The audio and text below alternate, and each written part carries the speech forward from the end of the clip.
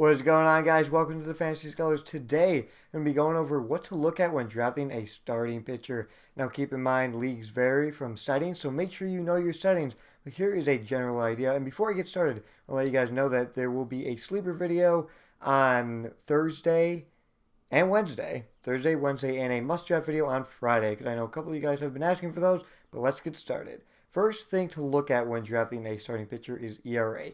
You want that ERA to be relatively low. Now, a solid, respectable ERA would be like 3.5 and below. A really good ERA is under 3. So look for a low ERA because a pitcher is not giving up a lot of runs.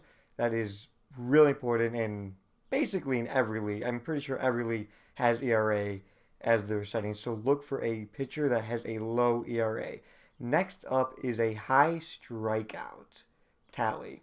Kind of total and K per 9. So with strikeouts, the best pitchers get above 200. Some will get above 250, like Max Scherzer, Jacob deGrom, Garrett Cole, all of those guys. So look for guys that get a lot of strikeouts. And to go with that, K per 9. So if you look at it, it will say K per 9 on some sites and then SO/9 on others, like strikeout per 9. And that's how many strikeouts the pitcher is getting per 9 innings. You want that to be fairly high because if they just haven't pitched a lot of innings, maybe due to injury, you want to know that they're still going to get a lot of strikeouts if they do pitch a lot of games and a lot of innings. So a good tally to look at for that would be above 10 is very respectable. You don't really want to go below 10, and really good is like 13 and above. That's like the best pitchers like deGrom and Garrett Cole. So look out for a high strikeout per 9.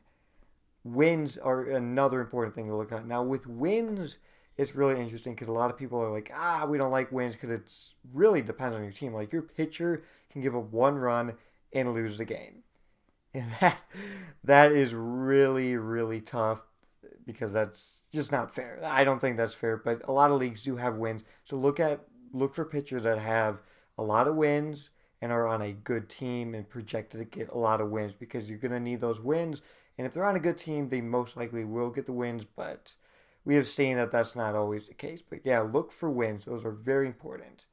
Up next is WHIP. Now, a lot of leagues do not have WHIP, but basically what WHIP is walks, hits, and innings pitched. So how many walks are given up, and how many hits are given up. I am in a league that has WHIP, and I think it's fine. It's a good thing to look at because you don't want a pitcher that's giving up a lot of hits or a lot of walks.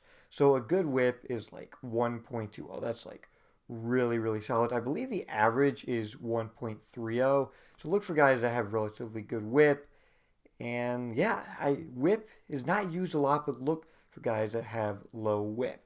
Up next and last is actually a pitcher's park. Now, this may sound like, what the heck? What is a pitcher's park? Well, it is really important that your pitchers are pitching in a pitcher's park. You look at Colorado, that's a hitter's park. If there's a pitcher that has an ERA below 4, people go like, oh my gosh, look what they're doing in Colorado. So look for guys who are in pitcher's parks. That's San Diego, the Dodgers Stadium. Let's see, think of another one.